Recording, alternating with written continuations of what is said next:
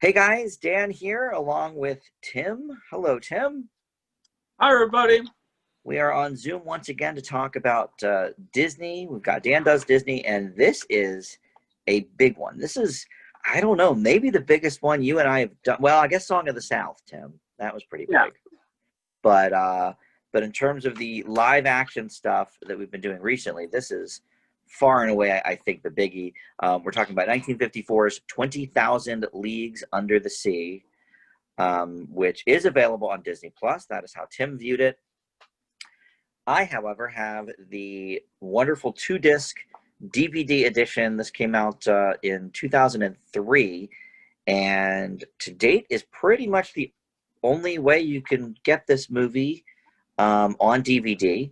There is a Blu-ray only version that you can get through the Disney Movie Club, but it didn't look like there was a whole lot of extras with it from what I could figure out. So I think the version I have would be the definitive one. And Tim, we're going to talk about a lot of the bonus features contained within. I'm excited. Yeah. So first, let's talk about all the production stuff. So this thing was at the time the most expensive Hollywood production of all time. It was up to $9 million in production costs, and that includes, I guess, the advertising as well. But it only actually made $8 million on its initial viewing, but it was still considered a raging success, even though it sort of lost money. But it was the number 3 movie of 1954. Did you happen to look up any other movies from that year, Tim? I did not. I did see that was number 3, but I mean, you can't really call a movie that was number 3 in the box office a failure. Right, exactly. So, and I think he knew that, at that point he was re-releasing a lot of things. He had the Disneyland TV show going. So I think he figured, look, there will be life beyond the box office for this. And sure enough, there was. But, okay, so let me tell you about 1954. So number 1 movie that year was White Christmas. So, Okay. all right, big hit. Then you had the Cane Mutiny at number 2, which I've heard of but don't know much about. I feel like it's also on a boat, though, when I hear mutiny. I don't know, maybe. I don't know. But then other than that, in the top 10, you've got Rear Window. Okay. Seven Brides for Seven Brothers. Okay, I've seen that. And, oh, you have seen that. Okay. I've heard of it, but I have not seen it. And the Judy Garland Star is Born. Oh. Which also starred one of the gentlemen from this movie. I think it was Peter Lorre was in Star is Born. So, yeah, obviously some heavy hitters in there. The Oscar that year went to On the Waterfront, which was also a big hit. But yeah, so number 3 movie of the year, and this was one of the first to use the CinemaScope process. And I learned from the DVD commentary. Some of the things I'm going to talk about in the production are things I learned from the DVD features themselves. But apparently, there was only one lens at the time that had been made. Did you see them? I read that they had to rent it from 20th Century Fox. Yes, that is absolutely correct. So they had that on loan from Fox, which was partially why the budget was so high, because they had to lease this thing for so long. And then also Kirk Douglas was paid more than any other Disney star had ever been paid, which was $175,000. I did. So, what's that? I did read that as well. Yeah. I did have a note that because they were renting this lens, that's why there weren't that many close-ups in the movie. Oh, and that makes sense. Okay. Yeah, that makes sense. We don't have the time to refilm like close-up shots. They were just like, yeah, so. No, that makes sense. Right. Well, and of course they wanted to utilize, if they're paying for this thing, they were going to utilize the epic nature of it. So yeah, that totally makes sense. Yeah, I would imagine because the DVD is so packed with like factoids and trivia, I'm sure a lot of them probably are up on like IMDb and stuff as little trivia bits. So so some of these may not be as new to you, Tim, but hopefully our viewers have not seen this. But yeah, I mean, a lot of that stuff was pretty wild. So that caused part of it, and also just the expensive shots, the underwater stuff, the on location stuff, and then the giant squid thing, the animatronic squid scene, which is, this movie's pretty much like, if you know one thing about 20,000 Leagues Under the Sea, I feel like you know about the squid scene. Yeah. They had to reshoot that. I know you probably know this because it was on Wikipedia even, but a couple things I learned from the commentary about the squid scene. So, okay, the water was too calm and it wasn't quite late enough when they did it. So, they refilmed it with later at night, so you could hide some of the mechanisms of the animatronic creature and all of that. But there is a bonus feature on the DVD that has the original scene, and it was before Kirk Douglas was even involved. It had his stunt double doing the scenes, and it really looked horrible. It looked so tacky. Yeah, I thought in the movie it looked pretty good. I was like, well, good thing they reshot it because apparently it didn't look good. Yes, I think that was a very good call on. I'm not sure if it was Disney's part or the director's part, but yeah, it was a good call. And so, speaking of the director, let's talk about him for a second. So it was Richard Fleischer directed it, and his dad is Max Fleischer, which you may not know by name, but he basically did a lot of the early 20s and 30s cartoons like Popeye, Betty Boop. He was a big rival to Walt Disney. So when Richard got the call, he was like, are you sure you want me to do this? Like, you and my dad kind of, have had a little contentious, relationship and stuff. And you'll appreciate this, Tim. So apparently this guy, Richard Fleischer, worked on a movie called The Happy Time with our good friend Bobby Driscoll. Oh. From all of the old, the So Dear to My Heart and Song of the South and all of this. And apparently part of the reason he got the job was because Walt Disney said to him, if you can make Bobby Driscoll look like a good actor, then you're a very, very competent director. What year was that? Was that after he started making that stupid face? Yes, it must have been, because he said they didn't start filming until early 1954. So I think what year was Treasure Island? Like 50 or 51? Something like that, yeah. Yeah, so it must have been after that. Yeah, so that was a funny little story that he told. But he went on to direct stuff like the 60s version of Dr. Dolittle, Soylent Green, Tora Tora Tora. So he became known kind of after this movie for a lot of these big budget, tentpole blockbusters. This movie won Oscars for art direction and special effects. It was nominated for film editing, which it lost to On the Waterfront. But I mean, we'll talk about this when we get more into the details of the movie. But I mean, these special effects are outstanding. Yeah. Yeah. So let's see.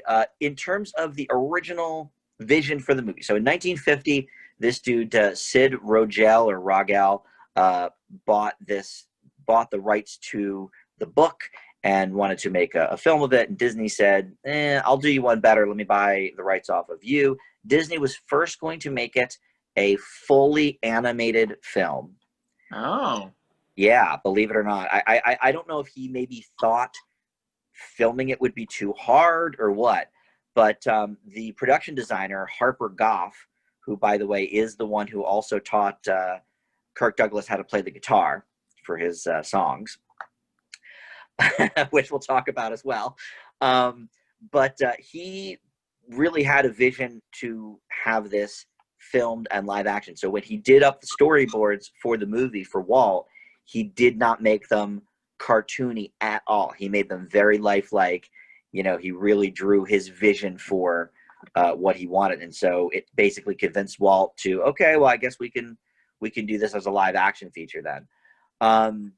So some of the stuff that they filmed, like in the Undersea Bahama stuff, were shot at the exact same location as the 1916 silent version, which is pretty cool.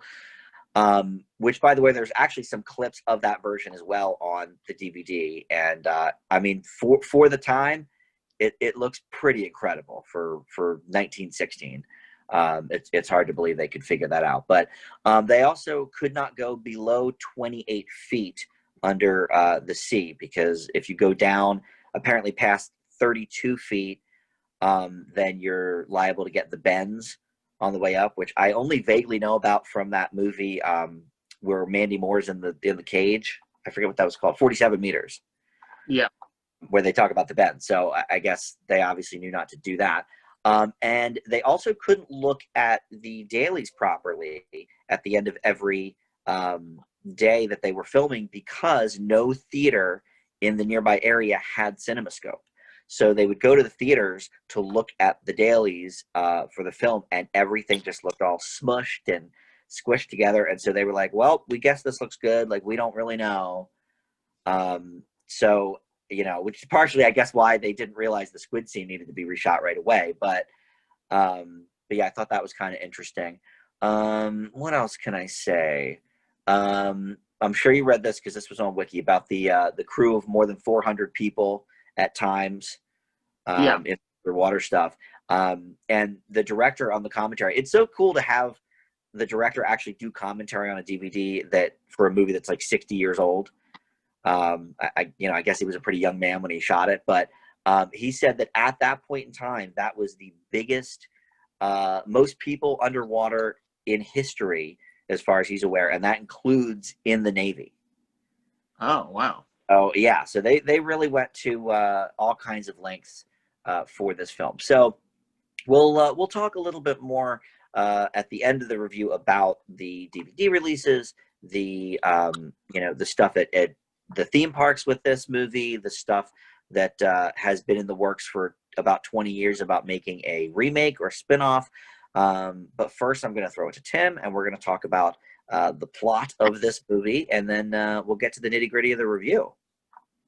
Okay. Well, it's based off the classic Jules Verne novel of the same name, 20,000 Leagues Under the Sea. And it opens with the Disney classic book opening. Yes, always. Always. And then it has the first chapter there, and you have a little thing. I thought that was interesting. I don't think I've ever seen that before, where the dialogue that you're supposed to read, describe things, actually on the page of the book. Like, yeah, that was pretty cool. It was a little angled weird too. So it was like, I don't know. I thought that was interesting. Well, and I'm not sure, I didn't really look it up, but I'm not sure if that's actually like word for word how the book starts, or how a chapter of the book starts. I think so. It might be, but the chapter title is not the same. I saw that. Oh, okay. Because this chapter was called like Sounding Alarms or something like that. But the basic synopsis of this movie is that in 1868, a monster is terrorizing the sea and sinking ships. 3 unlikely companions board a warship in search of the monster, only to find out the hard way that it is an armored submarine bent on destruction and revenge. The trio is captured by the vessel's commander, Captain Nemo, and accompany him on a journey of adventure and discovery on board the Nautilus as they travel some 20,000 leagues under the sea. The trio consists of a scientist, Professor Pierre Aronnax, and that's played by Paul Lucas. And you have his assistant, Conceal, that's Peter Lorre. I know him. I recognize him right away from Arsenic and Old Lace, which is one of my favorite black and white movies. Yeah, when I looked up the filmography of the 4 main guys, I saw Arsenic and Old Lace on his. I was like, oh, Tim's already going to know this dude. Yeah. And then the Harpoon Man, his character is it's Ned Land, and that is played by Kirk Douglas, who is kind of the star of the movie. A little bit. I feel like it's kind of the trio, though, but he obviously is first billed. And then you have Captain Nemo, and he's played by James Mason. Were you familiar with him at all? I was not. I know him largely from Bill Hader's impression of him on SNL, and it's like such an obscure impression that when he started doing it, I was like, it would be like one of those like black and white, like, oh, we're going to a party at Liberace's house type of scene. So Fred Armisen does his Liberace, and so Bill Hader would come in as James Mason, and I was just like, who is this person? So I looked him up, and I mean, I don't really know any of his old movies, but yeah, I mean, he was a big star, I guess, back in the day. I looked up Kirk Douglas's filmography, and the only other movie I actually seen of Kirk Douglas's is Spartacus. Okay, I thought maybe you'd seen what is it? Runs in the Family or something? No. With his son and his grandson. But yeah, I mean, I didn't realize that he was already pretty famous by this point. He was twice nominated at the Oscars before this movie. So I mean, I could see why they would bill him first, even though, yeah, like you said, I'm not sure if Ned is really the main character, but I would say most of the movie is kind of from his perspective. So I guess in that sense, it makes sense. Yeah. I mean, But, I definitely feel like there's equal screen time between all three of the trio, and then with Captain Nemo as well. Yeah, I would agree with that. And I thought all the acting was pretty good. I would say the weakest link was the professor, Paul Lucas. I just thought maybe it was just the scenes that he had with Nemo. I felt like he was kind of a little bit put into the shadows by James Mason's charismatic Captain Nemo. Well, and I have some news about him too. So apparently he was not very liked on the set, this Paul Lucas. He really didn't get along with people.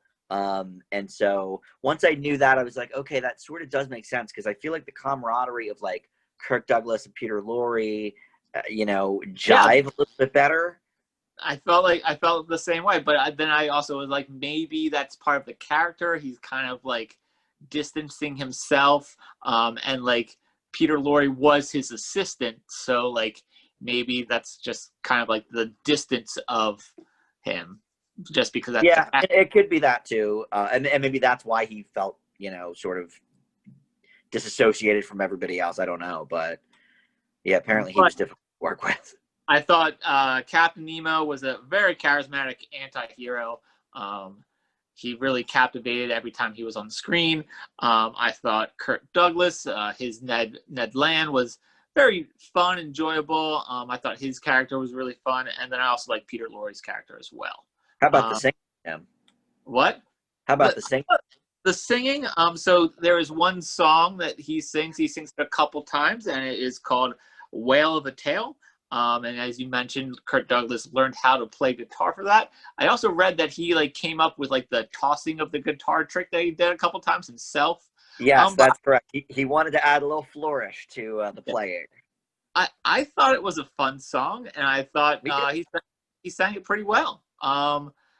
Like as far as these live action ones, I felt like that song was a lot better from anything than in Robin Hood that we had. Oh God, yeah. And then I can't So Dear My Heart had some songs in it. And I think it actually did that win an Oscar. If not, it was definitely nominated, but I think you're right. I think it might have won. And that was a great song, but this was a little bit more upbeat and fun. I just thought it seemed like everybody on, like, because he was surrounded by a whole ship, and I feel like everybody was having fun with that song. Yeah, I'm actually surprised that one didn't get nominated for Best Original Song.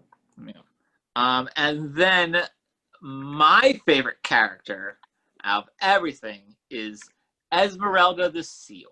Oh, cool. Yeah, I should have guessed that one, Tim. So there's a seal named Esmeralda. I'm not even sure. That might also be the seal's actual name.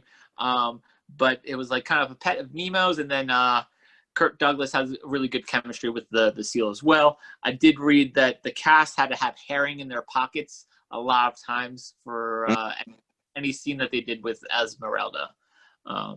So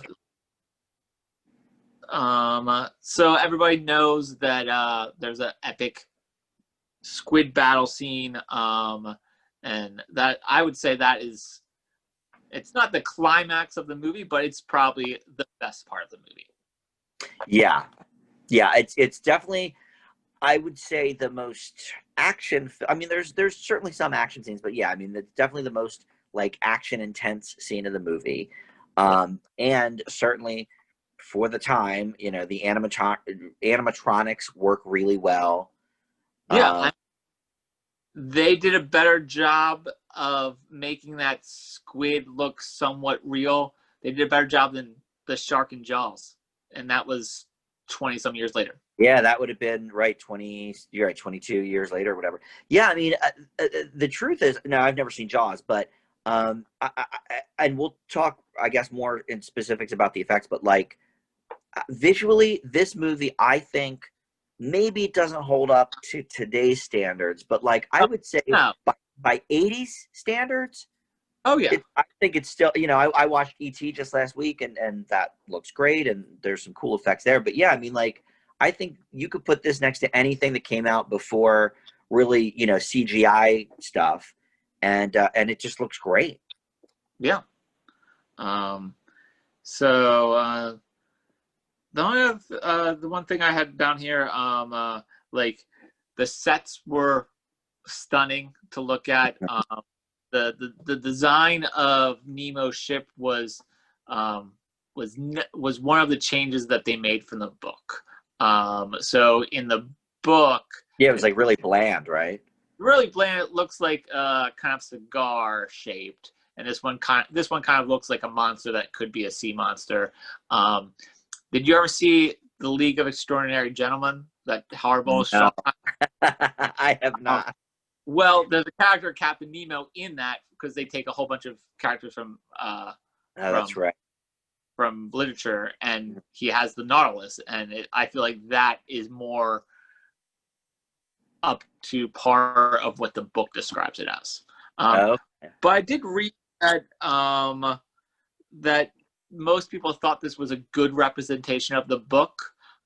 They did change a couple things, like the ship design and stuff like that, and how it was powered. But I read that the director and the screenwriter were just like, they just took the most memorable scenes from the book and then reordered them however they wanted to make it into the movie, because they just felt like whoever read the book probably wouldn't remember what order.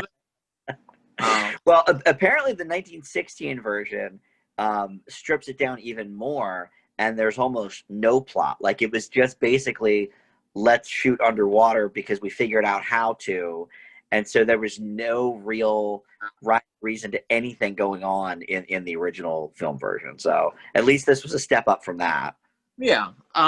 So the set designs were good. The interior of Nemo's cabin, and then he also had like a gallery area, which had this big pipe organ.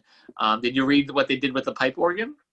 Yeah, is that the one that's at Haunted Mansion right now? Yeah, they redressed it, and it's in Haunted Mansion in Disneyland because that opened first, and then they made replicas of that pipe organ that they redressed, and they put in the Haunted Mansion in both Disney World.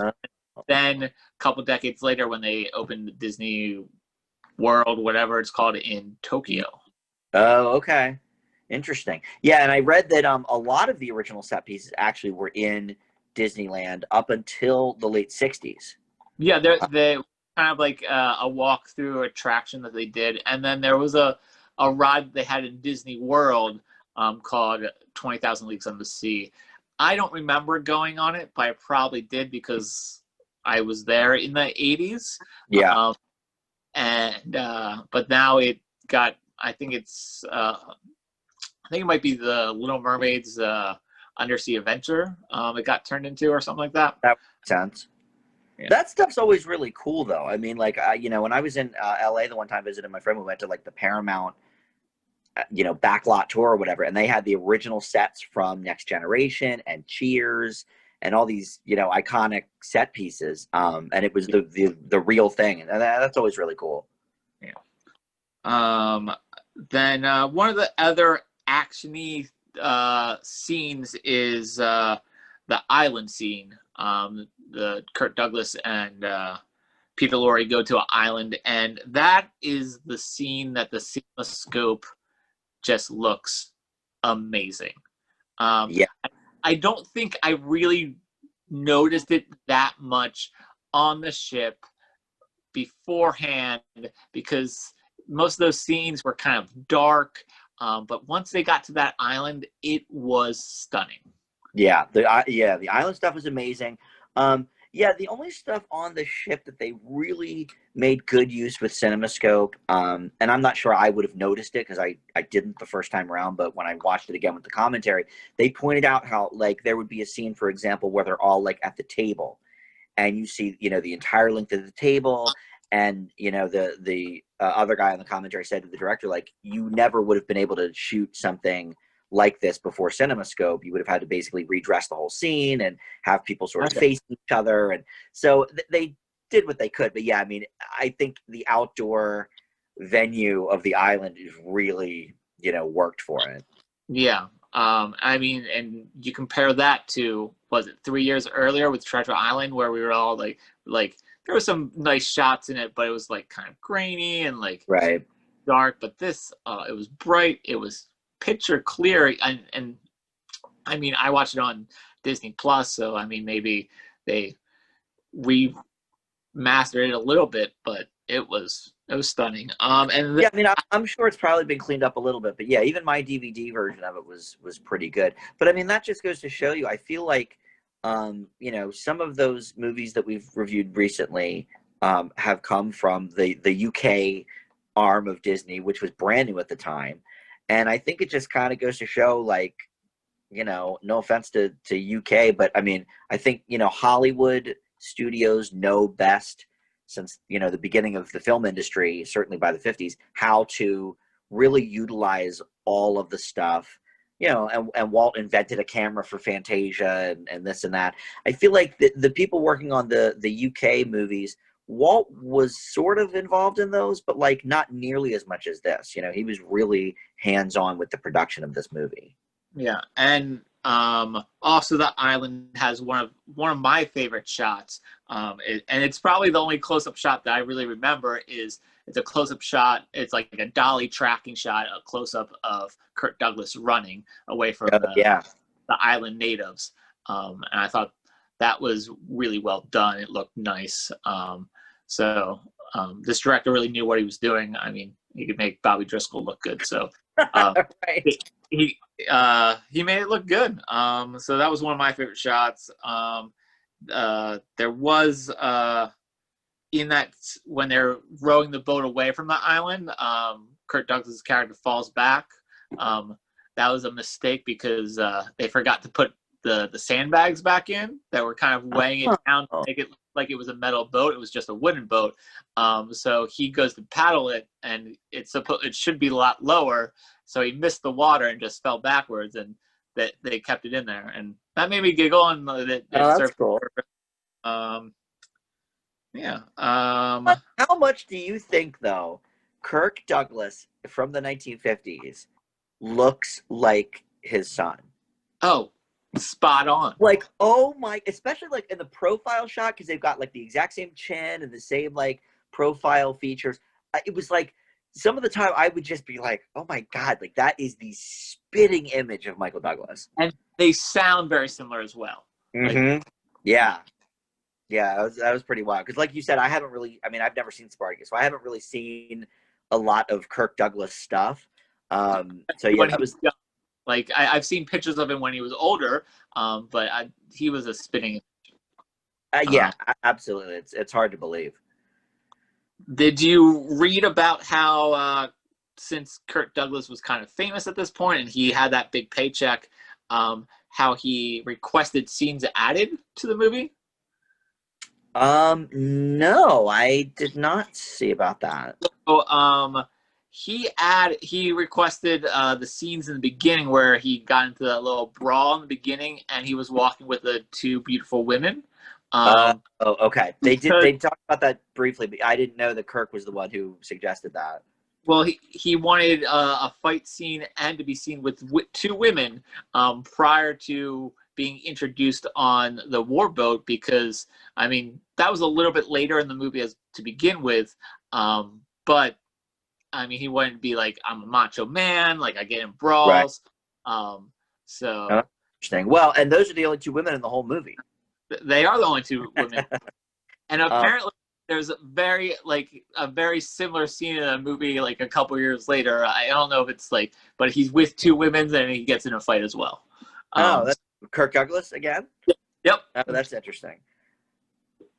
Well, and he name checks those women in the song too.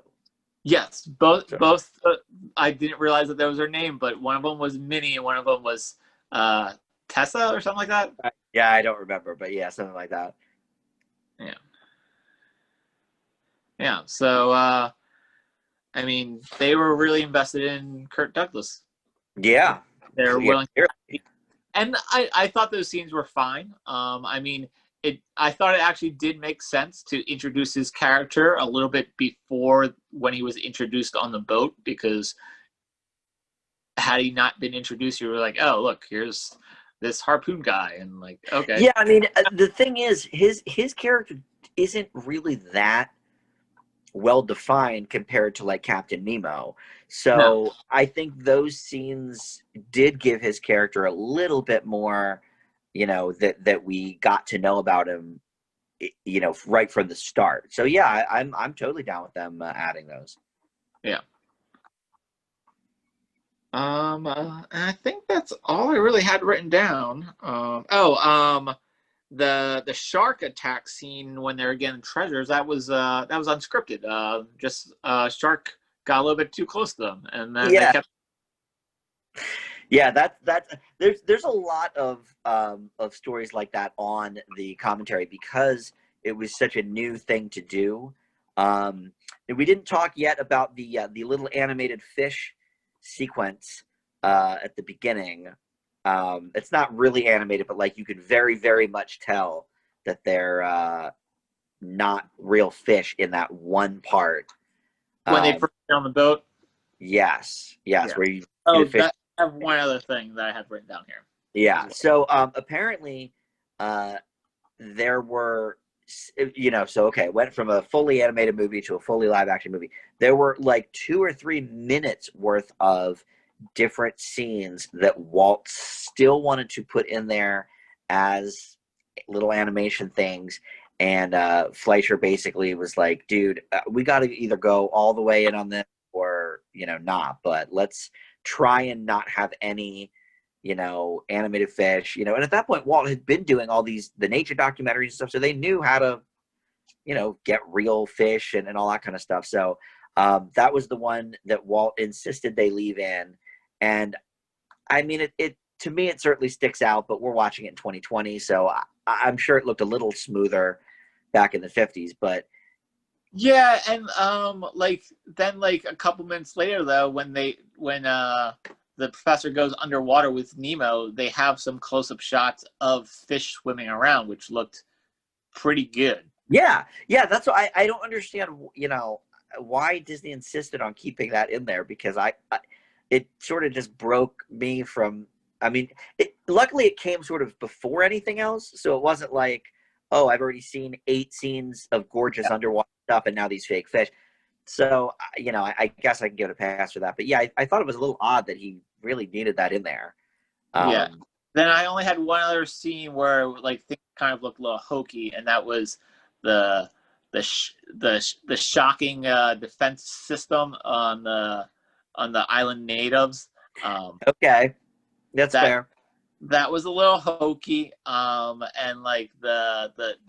the shock that you saw looked a little fake as well. Yeah, a very, very fake. But again, 1954. Yeah, I'll give it to them. I mean, you have to admit, any effect in this movie, we kind of have been talking about the UK Disney movies. I mean, this movie is so leaps and bounds above anything visually that we saw in any of those movies. And some of those movies had some nice scenery. Certainly, the painted sets were cool, but I mean, this is, legit filming underwater, filming they did a few things on various sets. They borrowed the Universal lot for a little bit. They borrowed the Fox lot for a little bit. But I mean, a lot of these scenes, especially the underwater stuff, is just amazing. Yeah. So there's not too much I think to really complain about there. How'd you feel the length of the movie was? Well, this is definitely the longest one that we've had. It is Yeah, a little bit over 2 hours. yeah. I don't think I had any that have been over two. Joe and I did Fantasia, so that's a little bit over two, but obviously that's broken up into different segments. Yeah. But in terms of one cohesive, plot wise, I think this has to be the first Disney movie over 2 hours. Yeah, that we've watched, definitely. Yeah. It definitely felt a little long, Mm-hmm. and it took a while to get to like the more exciting stuff of the movie. But I mean, I wasn't bored at any point, I don't think. And it definitely didn't feel as long as like Rob Roy did, and Rob Roy was half an hour shorter. Yes, I guess So, I can't deny that. so I mean, I definitely could like watching it now. I definitely could pick a couple spots where I would edit some stuff and make it a little bit more condensed of a movie. But for its time of making the first 2 hour Disney movie, I mean, they had a lot of cool things that they were showing. So I can't really complain, I don't think. Yeah, I would agree that it's definitely more engaging throughout than Rob Roy. There's no doubt about that, even though that was a half hour shorter, like you said, maybe even longer. But yeah, I don't know. I think you could have trimmed this to a tidy 2 hours, and I think it would have been better off for it. I'm not exactly sure, other than maybe some of the stuff towards the beginning, what you would want to, exit out of that. But I don't know. I mean, the first, we'll get to all the home releases, but the first VHS version they did was only 118 minutes. So they did trim almost 10 minutes from the movie on the first home edition. Yeah, I mean, like for me, I probably, if I was cutting stuff out, I probably could cut out. I think there was two different times where like you saw Nemo getting on the ship with his scuba suit on. I'm like, after the first time, I don't really think I need the second time. I mean, the second time was kind of like having a little bit of drama because of like what else was going on at the time. But I don't think I really needed to see him getting back on the ship with his suit. It was that those scenes were a little slow of showing everything, but it was cool for the time. Like I don't think anything like this existed. Like these futuristic scuba suits they had. Wouldn't think. Yeah. Yeah. So, yeah, I mean, I probably would have edited that out a little bit to condense it a little bit. What else would I cut? I I mean, think maybe some of the dialogue scenes could be at least trimmed a little bit. yeah. I think you could cut a little bit on the warship in the beginning of the movie to get to the Nautilus a little quicker. Yeah. And even the first scene on the Nautilus was kind of a little drawn out as well. I felt like with the professor and his assistant getting there before Ned, and then Yeah. kind of all three of them kind of walking around the ship and exploring. It was a little slow. I felt like that part was a little slow, and like I guess they were kind of building up the mystery of it, but I definitely could cut some stuff there. Well, and it's funny, like, because of the length of it, I was trying to think of some of the other more recent Disney live action movies that are like 2.5 hours, like some of the Pirates movies and some of the Narnia movies. And it's like, this to me did flow, way better than some of those. So I'll give it But that. with those movies, like you start with an epic action scene to begin with, Right. and then have like another one and a second one, unless you get to Pirates 3, which like had nothing for a really long time in the movie. Hated that. Yeah. So I feel like movies these days that are over 2 hours, I mean, this is barely over 2 hours, but movies these days that are over 2 hours, they usually put more actiony stuff, more sprinkled throughout the movie to keep the audience engaged. Yeah, that's true. That's true. I can't deny that. All right, so let's talk about all of the home video stuff. I guess before we even talk about that and the bonus features. So we talked about the Disneyland stuff with the rides. So this was one of the first movies to be shown in a 2-hour time slot on the Magical World of Disney TV show. We've talked a lot in our previous episodes about like, oh, well, this was, this hour and 10-minute movie was split into 2 different weeks on the TV show. But they obviously must have trimmed it down a bit to fit it in 2 hours. But this did air like on one night, so that's pretty cool. And then this had a very odd soundtrack release because the score to this is fantastic, I think. We didn't really talk much about the music, but would you agree this was a very solid score? Yeah, it was a decent score. I guess complemented the stuff that was going on in the movie well.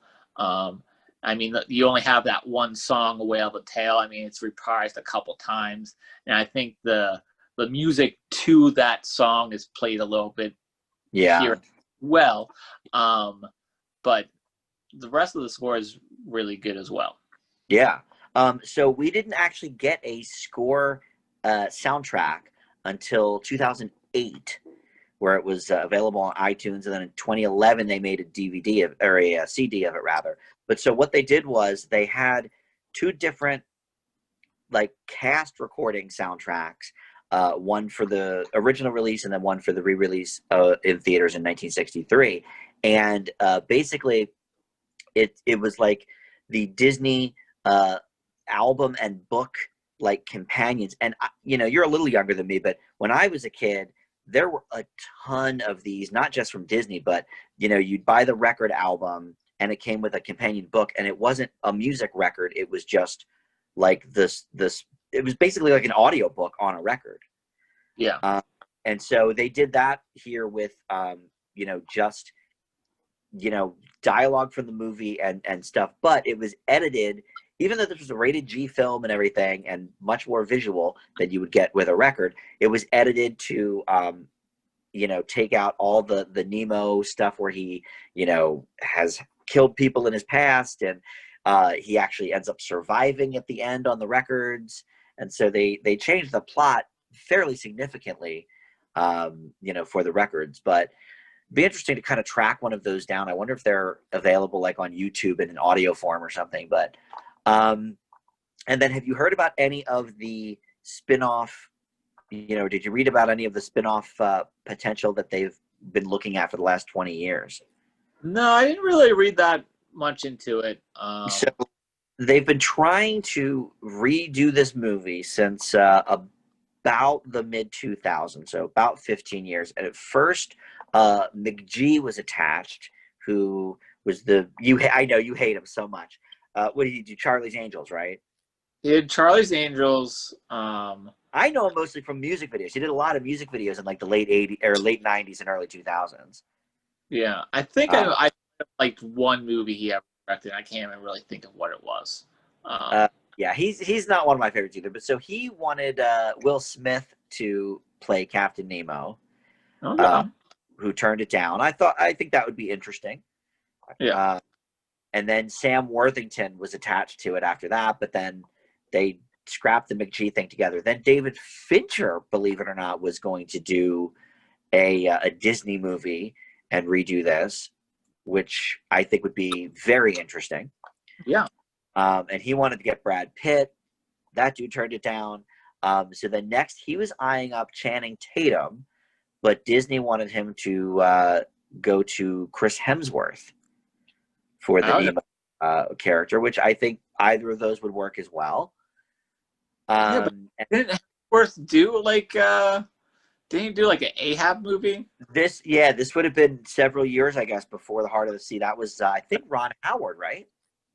Maybe. I didn't Uh, only think I watched that movie. I heard it wasn't that great. it was not very good. It was not good. And talk about too long. I think it was like 2.5 hours. Ron Howard's movies, I think, are mostly always too long. But and then James Mangold was attached to it for a little bit as well. He's the one who directed Logan and Oh, well, a couple other things. But as of now, nobody's attached to it. As of February 2020, James Mangold was let go from the project. So I don't know. I would assume Disney's probably still eyeing it up in their library, but with COVID, they're obviously pushing back a lot of their stuff that's already been in production. So, who knows? But I could definitely see an update of this. I think, yeah. an audience. Think there was I think there was a mini series at one point. Yeah. I don't know what year that. I think it was in the 90s. Oh yeah. Yeah. But all right, so that's the future of the film. So let's talk about the home releases. So in 1980, not only was this the first VHS ever to use the Buena Vista logo, but this was the 118-minute version that I said about, and that was international only. The first US VHS wasn't until 1985. Before that, we got a Laserdisc and we got a CED, which I just discovered recently. I talked about it with one of the, I think maybe Alice in Wonderland with Joe, but it's basically sort of like a Laserdisc, but it plays more like a record. It has like a needle, and I don't know. I watched a YouTube video on it. It was very weird and glitchy, and did not get good reviews. But anyway, so there were 5 VHS releases of the movie between 85 and 97. Then 2003 was this guy. This came out on VHS as well with, no bonus features, and then the 2-disc special I have. And then, like I mentioned earlier, the 2019 Blu-ray is exclusive to the Disney Movie Club. So the DVD features are vast. I mean, this is the ones I do with you, Tim, hardly ever come with anything. No, the last movie that we had just had the play button, and that was it. Right. Sometimes it just has, the menu. Your only option is to hit play, and that's it. On occasion, it'll come with like a cartoon short or two.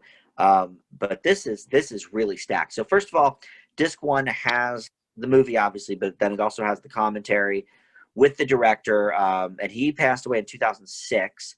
So this was probably made, the DVD came out in 2003. So he was probably, getting up there, but he was still very lucid and really remembered a lot of stories and stuff. And then film historian Rudy Bellimer was on it as well, sort of like an interviewer. He would be like, oh, I heard this story, is that true, or that kind of thing. But really interesting to hear their conversation. And then the only other feature on the first disc is the Donald Duck cartoon that actually aired with the film in theaters. Oh, wow. I feel like that's the first time we ever had that pairing. I know. Usually they just give us like something that's similarly themed or whatever. But this was great because it's called Grand Canyon Scope. And it was the first, I don't know if it was the first Disney short to use CinemaScope, but it certainly uses it very well to its advantage. Donald Duck goes to the Grand Canyon. So there's a lot of like very panoramic shots and stuff. And they even make a joke in the beginning where he's like the tour guide is telling people about stuff, and Donald Duck sort of going off into the corner, and he's like, "Hey, this is CinemaScope. You can see the whole thing." So it was kind of cute. But yeah, I love that they added that as one of the features. So disc 2 is where it's just like hours of features, and I'll admit I did not spend my entire day watching it, seeing as how I already watched the movie last night, the movie with the commentary today. But there's an hour-and-a-half making of featurette, which sort of rehashed a lot of the stories that was in the commentary. So I only watched about 20 minutes of it. But what's cool is it features a ton of video footage from behind the scenes, making of the, building the sets and putting together the underwater cameras and stuff. So that stuff was really cool. Then there's a 16-minute featurette about Jules Verne and sort of the parallels between him and Walt, big storytellers, and why Walt was so drawn to Jules Verne's work. There's you would love this, Tim, a 7-minute featurette about the actual the Humboldt squid, and the sort of Disney nature-esque take on that. Yeah. So I think you would enjoy that. There was the original 3-minute squid scene that we talked about. Then there is this thing called archive footage, which is just a treasure trove of, a tour of the Nautilus ship, a bunch of scenes that they put side by side with the storyboards to see how they, came to life. All of the unused animation footage you can see there. The trailer, which is like this, it was a 5-minute trailer. It was the longest trailer I ever saw in my life. It was like 4 minutes, 45 seconds. There was a feature about the conductor, the music of Paul Smith, who did the score. And then, for me personally, this one was very interesting. A 9-minute featurette about the merchandising of the movie, but not only like telling you what they did.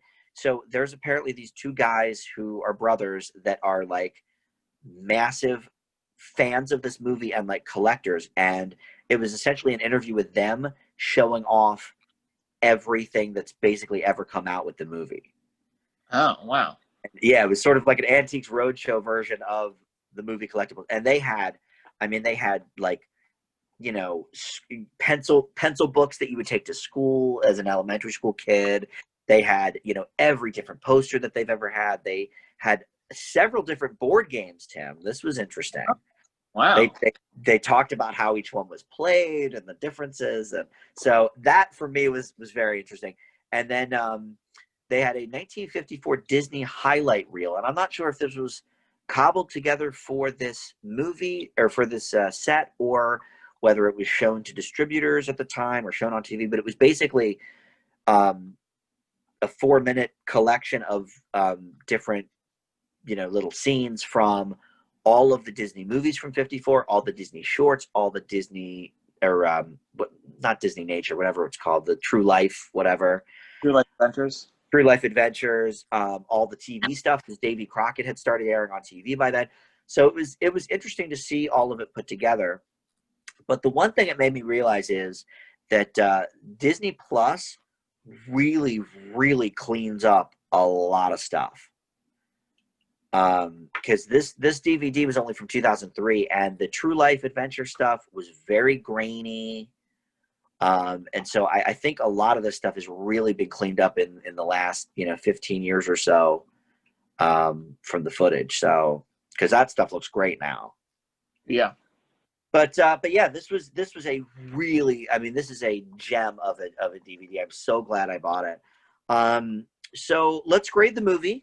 And then I'll grade the DVD package, I guess, and then that'll be that. This movie, I think, is maybe the best one that you and I have seen, Tim. Probably, yeah. We've seen good ones. The Disney Nature ones are pretty good. Yeah, we that's gave true. them, I think, an A. But as far as full-length features, this is probably the best that we've had.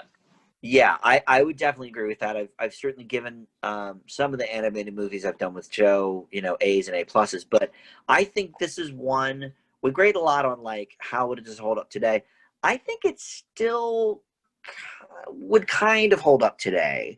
There's so much CGI now, but like as a kid growing up in the 80s and 90s, I think this would still have held up for me if I watched it, 40 years after its release. Yeah, just to compare the squid scene with a scene that I've only seen once for the Goonies is the Cut Octopus Scene. Okay. Because I only know about that. I've not seen what? it. I've only heard about it. Yeah, I saw, like, for some reason they had, like, it was like a televised version of the Goonies, and they put in 2 of the cut scenes into the televised version, and I was like, what's going on? And sometimes they do that just to like make it the right length for the commercials, which is very odd. So they showed the octopus scene, and I was like, no wonder they cut it, because it doesn't look real. I I feel like the Squid Scene looked better than the octopus from the 80s in a good Yeah. movie. And like you said, Jaws, some 20 years later, didn't look this good either. Well, I mean, the whole they couldn't get it to function well enough that the whole opening scene of Jaws, you don't even see the shark because they were just like, we can't get it to work, so we're just going to film it without the shark. Wow. I have to see that movie sometime. What a classic. Yeah. But yeah, I think this probably gets an A from me. Yeah, I would give it an A. I think if you were a viewer these days, if you were a teenager, you'd probably be a little bored here and there with this movie, and you probably wouldn't really enjoy it much. But if you enjoy films, if you enjoy just history of movies, this is a movie you need to see because Yeah, I agree. This was a total game changer. Yeah. And so for the DVD, I think I will also give it an A. I might have said A plus if it was on Blu-ray with all the special features, because I'd love to see it in an even crisper picture. You probably saw a better picture than I did with Disney Plus, but yeah, if there was a Blu-ray version with all the same special features, it would probably be an A plus. But for film buffs, for film historians, this is a great DVD collection for sure, and cheap too. I think I got it for under $10 on Amazon. Oh, so yeah, so definitely a good one. All right, so that's it for Dan Does Disney. For us, up next, it's going to be Davy Crockett, King of the Wild Frontier, which I think you said is not on Disney Plus. No, I think both the Davy Crockett's are. One of the Zero. Okay. All right, good. So I know I have, they're made up of individual TV episodes, and I know I have the episodes on the Disney Treasures DVDs, but I don't know if it's the full movie or not. So I may watch it with you on Disney Plus. And then the animation-wise, Lady and the Tramp will be coming up as well. That'll be with Joe. And then after that, you and I have another like 12 movies before we get to the next animated one. So he went 4 years without doing another animated. Well, they take a little bit longer. They do, and obviously he was fully entrenched in doing the live action stuff. Yeah, speaking of taking longer, I could not believe that they started filming this in the spring of '54, and it was in theaters in December of '54. I mean, that is just insane. Well, you also have to think about it these days. A lot of post-production and special effects go into it, and everything for this was pretty practical, except for like those animated fish and the little shocks that they had, and maybe that's a couple. True, I guess. But they had a couple explosions, but they were probably all practical.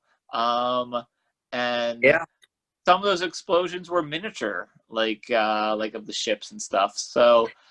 Yeah, that's true. A lot of the stuff was miniature. Like some of the long shots we saw were sort of miniature versions of the ships. That's true. Like editing wise, like the whole post production time was a lot less than it does today. Like, yeah, you're probably right about that. Like nowadays, everybody's like, "Oh, we'll fix it in post. We'll fix it in post." Like back then, it's like, okay, we can't fix this Squid Scene in post, so we're going to film it again. Well, and I guess, too, there's the whole promotional machine and the whole build-up. I mean, that's why we've had all these movies during COVID. Every week there's more movies on, like, Netflix and on demand and stuff, because it's like, these movies were made 9, 10, 11 months ago, but we were going to have to promote them. And so I guess that's part of it now, too, which we didn't have back then. And the slate these days, it's like Disney maps out like their release dates 5 years in advance. Like true, you gotta get the plot. Okay, well, like sometimes these movies are sitting in the can for at least like a year or so before they get released. Yeah, well, think about when people die too. When people die, like they're still coming out with movies for 2 more years. Yeah. So yeah, all right. Well, anyway, that's a topic for another day, I suppose. But what a great movie! Yeah. And thank you for joining as always, Tim. And Yeah, See you guys we'll see you next next time. time. Go watch this on Disney Plus. Yeah, for sure. Take care, guys. Bye.